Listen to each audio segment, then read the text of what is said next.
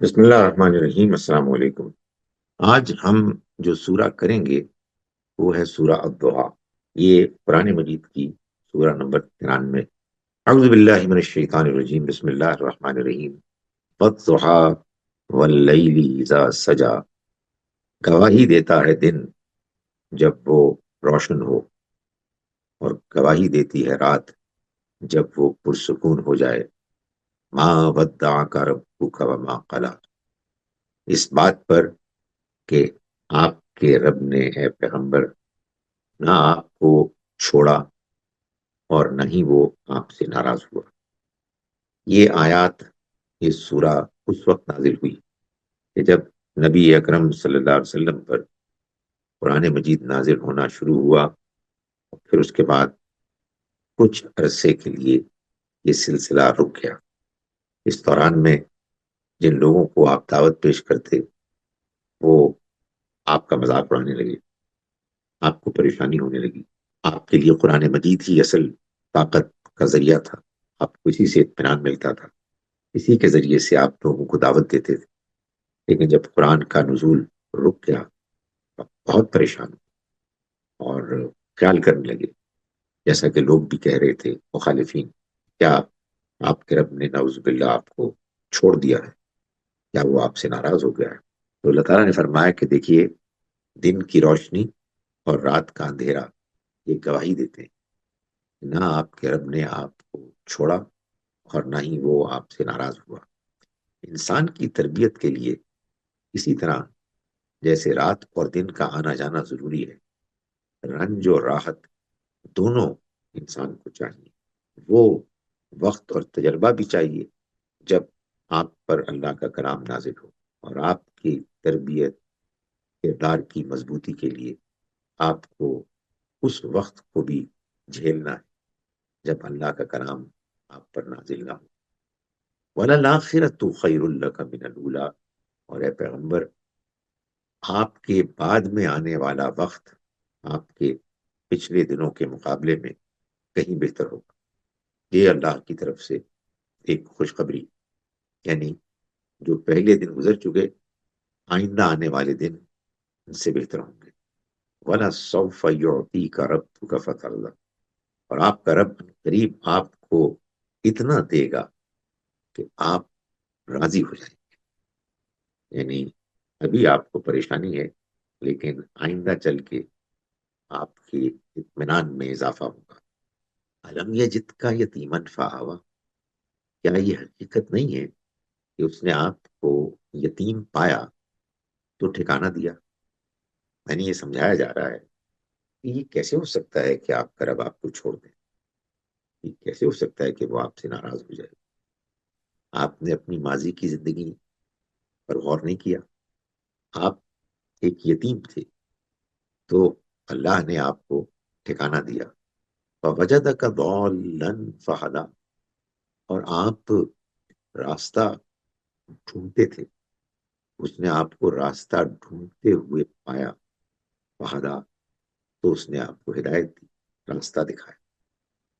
وَوَجَدَكَ عَائِلًا فَأَغْنَىٰ، اور اس نے آپ کو محتاج دیکھا، یعنی آپ کے دل میں بے چینی تھی، آپ کے دل میں حق کو پوری طرح واضح نہ ہونے کے نتیجے میں ایک ہلچل تھی، ایک احتیاج تھی، تو اس نے آپ کو فاغنا، غنی کر دیا، آپ کو اطمینان دلا دی۔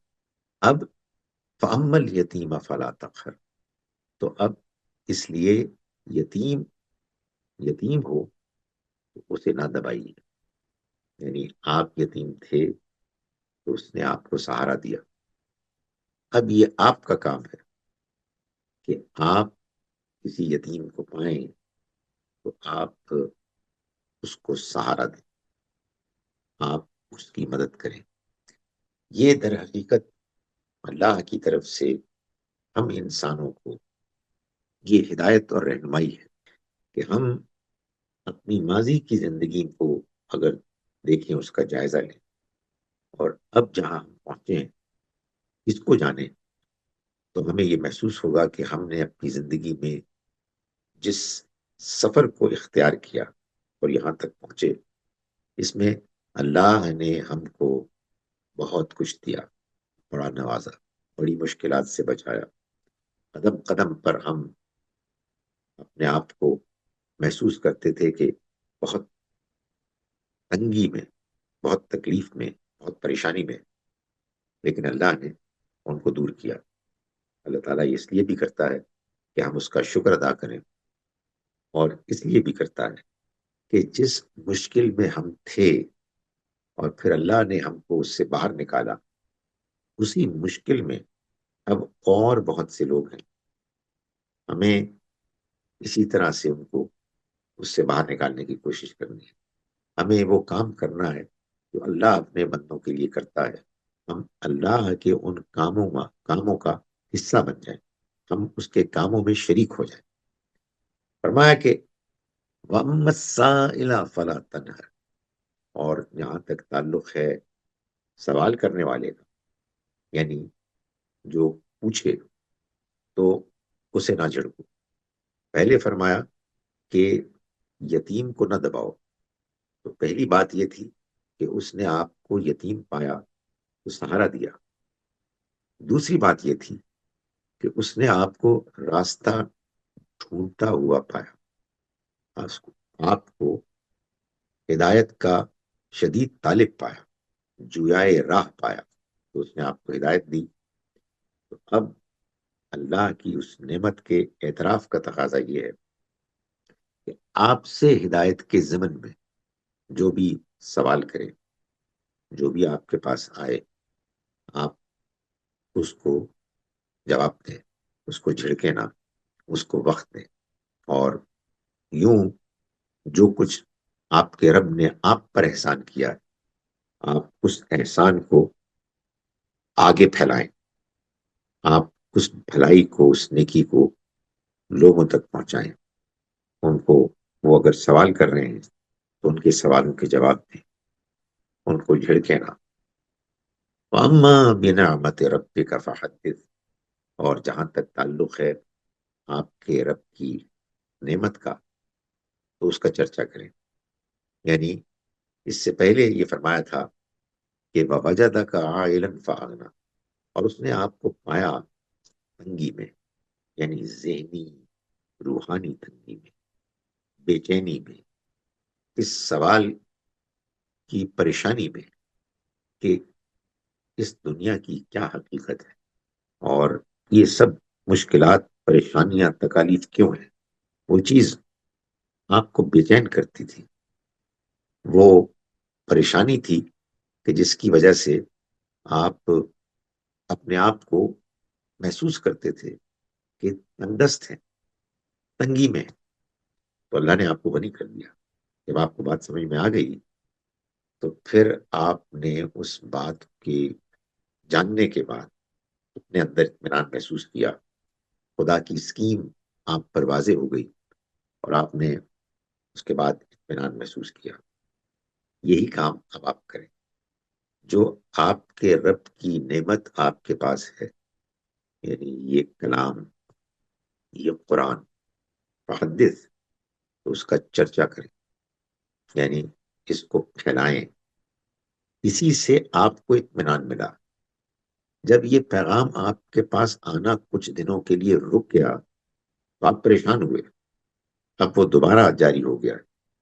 یہ کلام ہے کہ جو در حقیقت انسانوں کے اطمینان کا ذریعہ ہے۔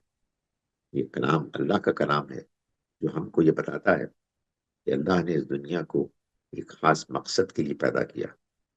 اللہ نے یہاں جو مشکلات ہونے دی اور جو اونچ نیچ روا رکھی، اس کی وجہ ہے، اس میں پڑھ کر انسان کو پریشان نہیں ہونا چاہیے، بلکہ یہ سمجھنا چاہیے کہ یہ تو ایک امتحان ہے، ہمیں اللہ کی طرف سے آئے ہوئے اس امتحان میں پورا اترنا ہے۔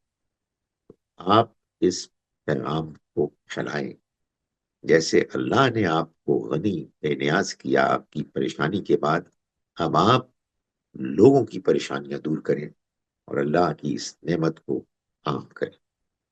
السلام علیکم ورحمۃ اللہ وبرکاتہ۔